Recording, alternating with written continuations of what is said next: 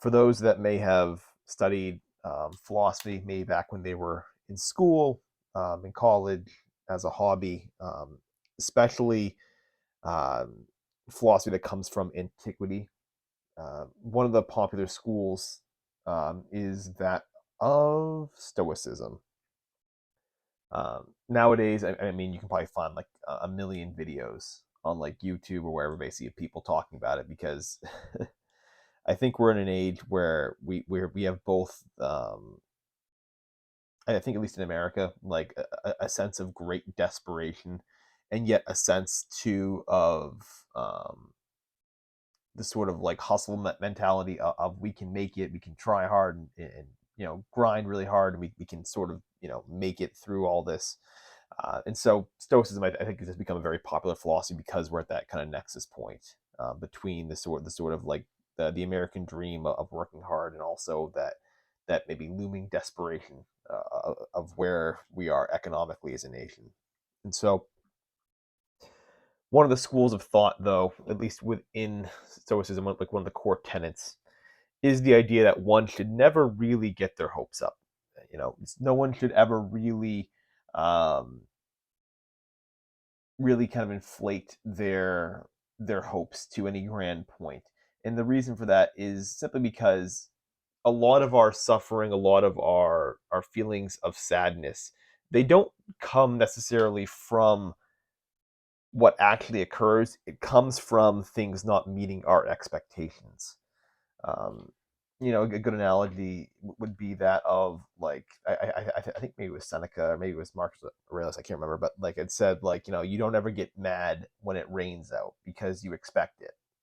In the same way that when you expect something good to happen, or you have high hopes for something and they don't work out, that's when the sadness comes in. That's when the sort of the doubt, that's when all of like the anger and the frustration, that's when it comes in, when you expect that things are going to go a certain way and they don't match those expectations, not the reality of what it actually is, but just what you had inflated yourself to think it was going to be, and coming to terms with the reality that it's not going to be that. Um, and it's been an idea that I've for a long time I've sort of kept. Even as I've gone through this writing process, I've always kind of tried to keep my expectations a little bit low, try to temper them, because I know at least logically that's where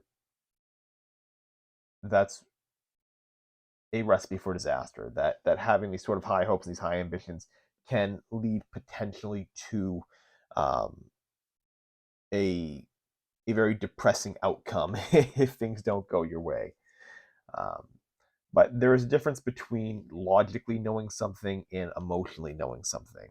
Um, a lot of things in life, people logically can intuit and logically know, but on an emotional level, they can't accept.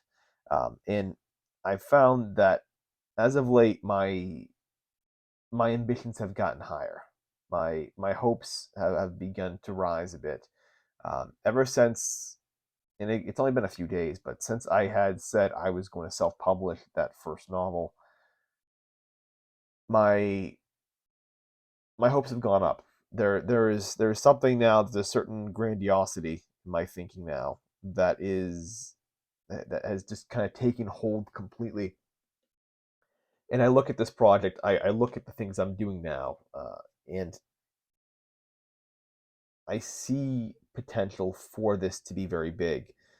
Uh, Certainly, I don't think I'll ever sell probably as much as I would if I got something like traditionally published. That's for sure. So I've tempered it, I suppose, in that way.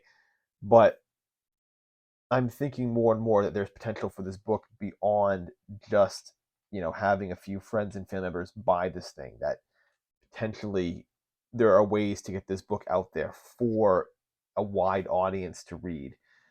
And if that was to happen, boy, I'll be very, very, very, very excited. Um, so it's tough, and it's days like today when I'm feeling really, really high off this stuff that I'm constantly having to remind myself, hey, this could all not work out. Don't don't get your hopes up completely. This could potentially not work out. Um, all of the odds, the actuary tables, everything will say otherwise. Kind of will point to it not going as well as I hope it will. So don't inflate your opinion, don't inflate your ego to that level yet. And so I here I am, I guess, just kind of hopefully, just kind of bide my time waiting. Really hoping this does pull through regardless. But certainly we're going to find out. We're going to find out here at some point in the next year, sometime in 2023. We're going to find out. And boy, I this is a situation where I'd love to be wrong, where I'd love to be able to say, no, no, no, you were thinking too small, you were thinking too conservative, you were tempering your emotions too much.